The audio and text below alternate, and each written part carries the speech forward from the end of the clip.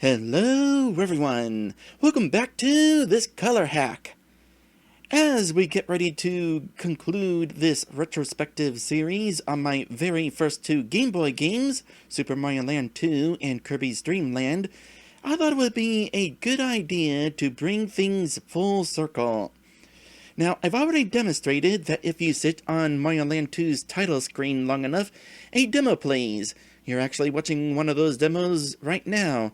It'll show off one of 4 different levels in the game, and the demo will play for some amount of time until eventually it just automatically ends.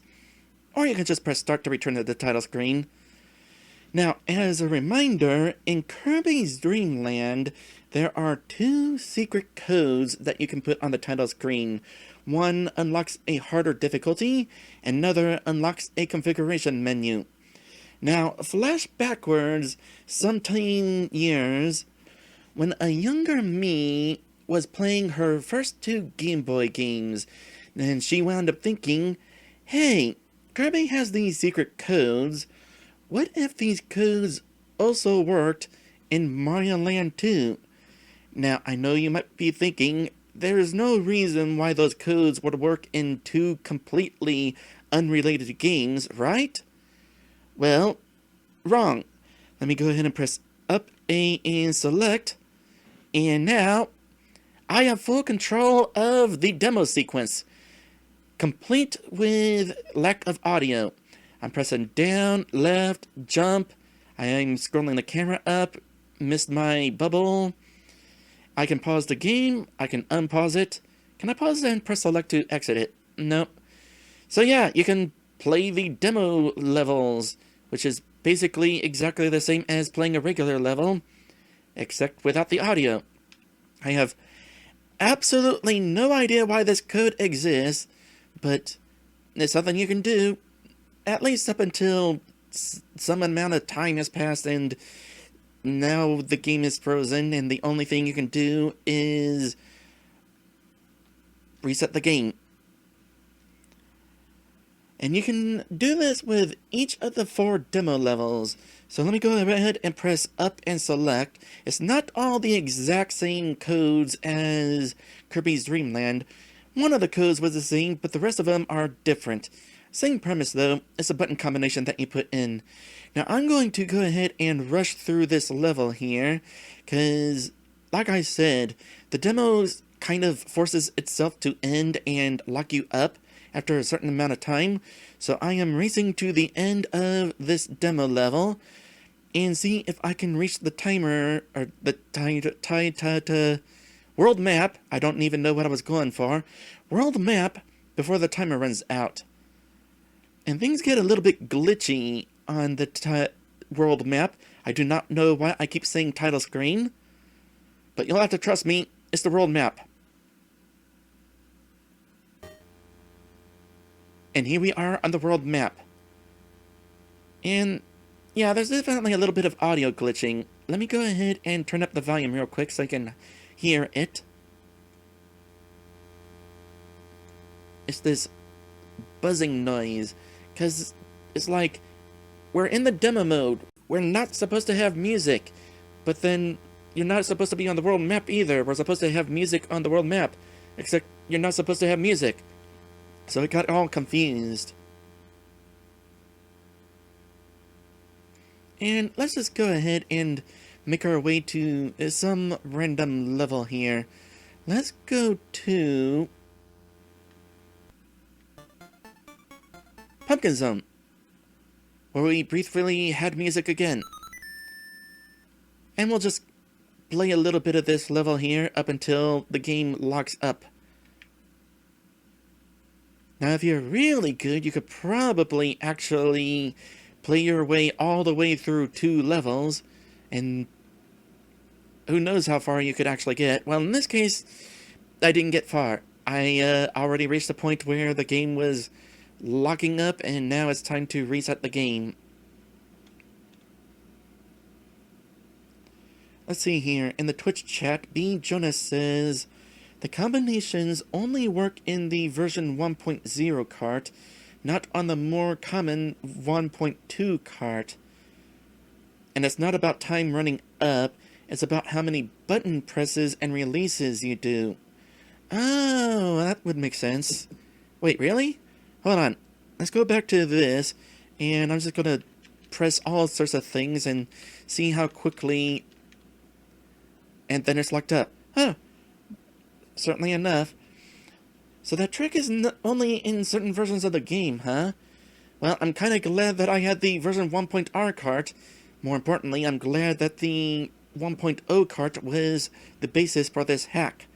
Let's go ahead and try another one here. Up, B, select. And now we get to play the first level of Turtle Zone. And I have to keep pressing the A button in order to swim, so we're probably not going to get very far in this level before it locks up, given that it's button presses and not time. Well, you know what? Knowing that, it actually kind of makes me wonder, as a challenge, how far do you think you can get pressing the least amount of buttons before things lock up? By the way, if you wind up dying in the demo, that kicks you back to the title screen. And the last code, up, A, B, select, leads us to the first level of Macro Zone. And the demos all start you out with no coins, no enemy killed, and 0 lives. As an aside, this is probably going to be the only time that I'll be playing as Mario in this playthrough, given that Mario is the character who gets played in the demo sequence. Oh gosh, it just occurred to me. B. Jonas said that releases count towards the button input limit. Imagine then it'd be like certain speed runs where you're trying to get through these demos with half A presses. Like, I'm holding it down, and then I'm releasing it, which counts as another input. And then, I was just now jumping, and that ended that. Again, I have no idea why this code is a thing. Apparently, it was not supposed to be a thing. Who knows, maybe this was how the game devs actually recorded the demos. In any case, it's definitely a neat trick. Now, with that trick out of the way, let's go ahead and make our way to the final battle. When we last left off, we collected all 6 of the golden coins needed in order to unlock Luigi's castle. Now it is time to kick Wario's butt. And, oh boy, get ready for a difficulty spike. All the other locations in the game we could go to in any order, but this is the last location of the game, no matter what. And the developers know it.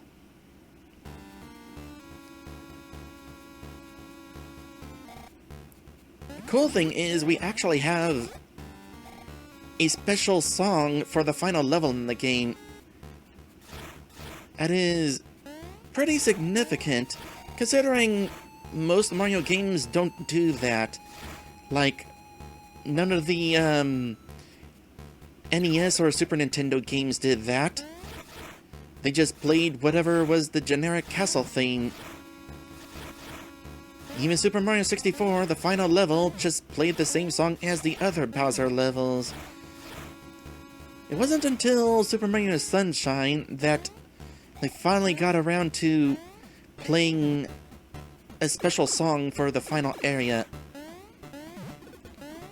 Too bad Super Mario Sunshine's final area sucks. Both the level and the song. Yeah, I'm not really a fan of that song. Okay, so here's where we really gotta be careful, because especially coming up right here. Time your jump. Don't freak out. Gotta land on that just as it's coming out. Easier said than done. As an aside, they give you plenty of time to beat this level. I've still got 786 seconds to go. What did I start with, 800? Okay, made it. And then comes this part. There are floor tiles that will trigger a trap. Ideally, I will not trigger that trap. I happen to know where the floor triggers are, so that makes things easier. Although, for the fun of it, let me show you what happens whenever you do trigger the traps.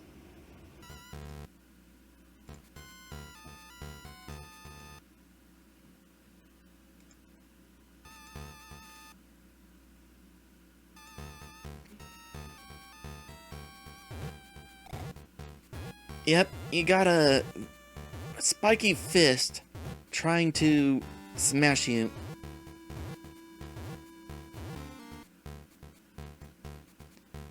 Good news is, if you go far enough, it despawns. Bad news is, if you trigger the trap behind you, well, you're kind of screwed anyway. Now let's see if I can sneak under here. I think I've done it once. Ah, almost made it. And then comes these jumps. In my opinion, these are the worst jumps in the level. Especially playing as Luigi, it looks like. Because here's the thing. You're jumping so high that the camera scrolls up, which kind of makes things a little bit difficult to keep track of these. Not to mention these are narrow platforms. So, definitely scary stuff. Tell you what though, I'm making good progress here. Oh gosh, imagine if I actually make it through this level on my first try. Last time I played this game, I died a bunch. The rest of this level should actually be pretty easy though, as long as I don't miss my jumps, that is. I got kind of lucky there, my momentum carried me to the next platform. Speaking of platforms, these react differently. The lower ones tried to raise you up, and that higher one in the middle there, you might have noticed, fell into the lava. What is Luigi doing with lava in his castle, by the way? And this is the easiest part of the level.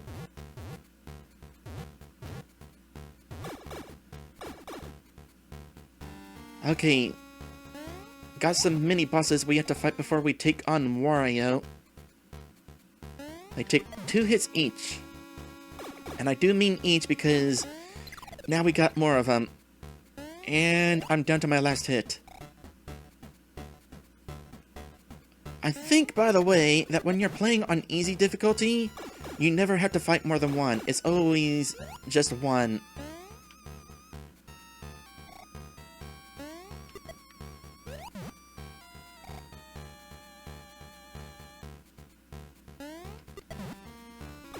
Well, I'll tell you what. I actually made it to Wario.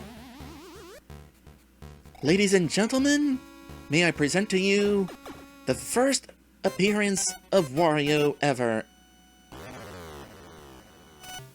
Now in color. Okay, this should not be difficult.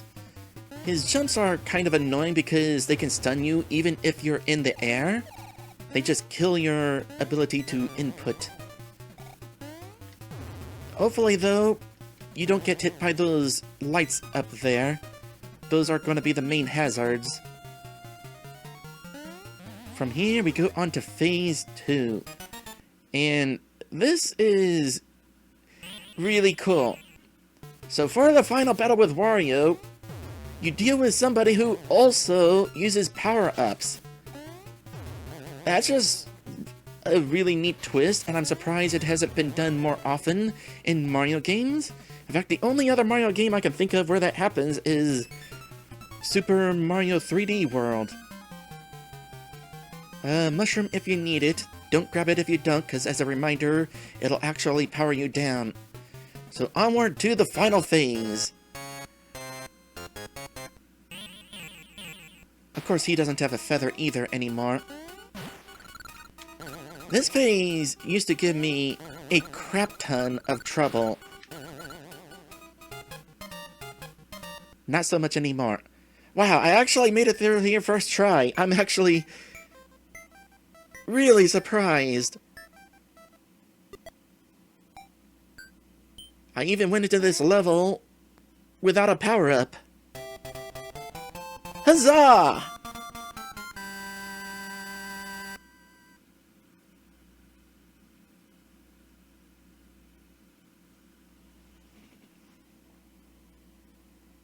Okay, gotta ask, is that W going to turn into an L?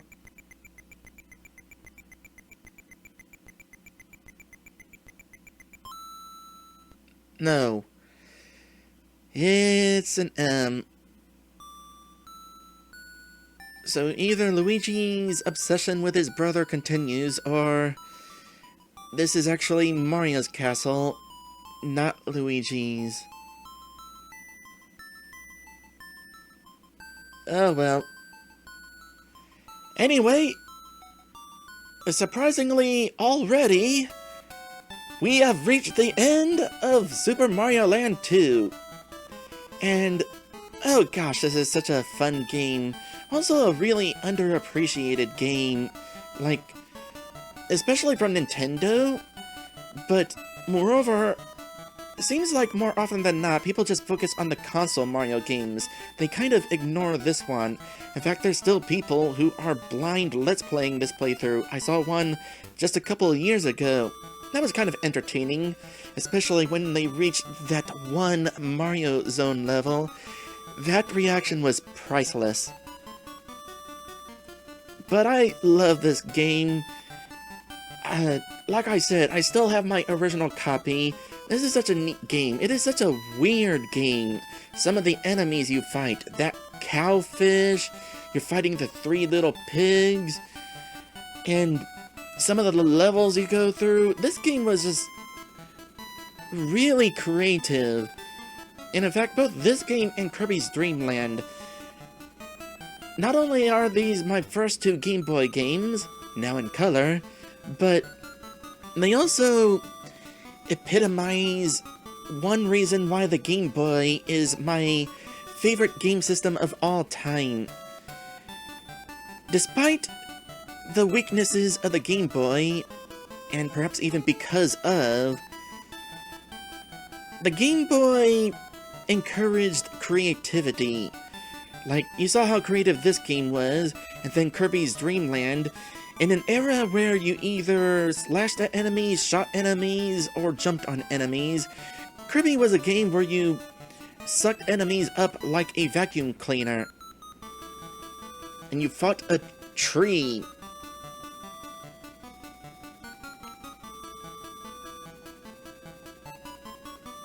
Maddie says, in regards to the Mario's Castle situation, Maddie says, Luigi's just such a good brother, he decided to help his bro out when this happened while Mario was out. Yeah, out rescuing Luigi's girlfriend. Oh boy though, this has definitely been fun. It's also kind of my most popular playthrough in a while. I definitely appreciate everyone's interest. It almost makes me consider making my channel a dedicated Nintendo channel. Not really though. I actually prefer and very much enjoy posting variety. Oh yeah, I gotta also talk about how the color hacks are in color. They definitely did a good job with these hacks. Kirby's Dream Land one was pretty nice, and oh boy, this one. Whoever did this color hack went above and beyond, because this one was really well done, especially with some of the trickery, like in the, that auto-scroller level with all the Goombas, how it became evening. Anyway, we're at the end of the credits here. By all accounts, I should be ending the video, but... Okay, so, as I said before, I decided to do this retrospective series as a kind of celebration for Wario's hand is not colored in. His arm is not colored in, I just noticed that. Whoops. Well, so much for doing a stellar job. Anyway, as I was saying, I decided to do this retrospective series as a sort of belated celebration for the new year. Admittedly, a new year that so far seems like 2020 is on an infinite loop. But still, it's definitely been a fun celebration, but I have another almost reason for celebrating now. At the time of this recording, at YouTube, I have 997 subscribers. I am almost at 1,000 subscribers. And let me tell you, I am super hyped for that. It has been a long time coming. I first started Let's Playing in October of 2008. And let me tell you, it has definitely been a bit of a struggle. Because I'm watching some of these other Let's Players start up and become massively popular, having 1,000 subscribers, 10,000 subscribers, even 100,000. And I'm sitting here just struggling to reach 1,000 subscribers, and it's like, am I doing something wrong?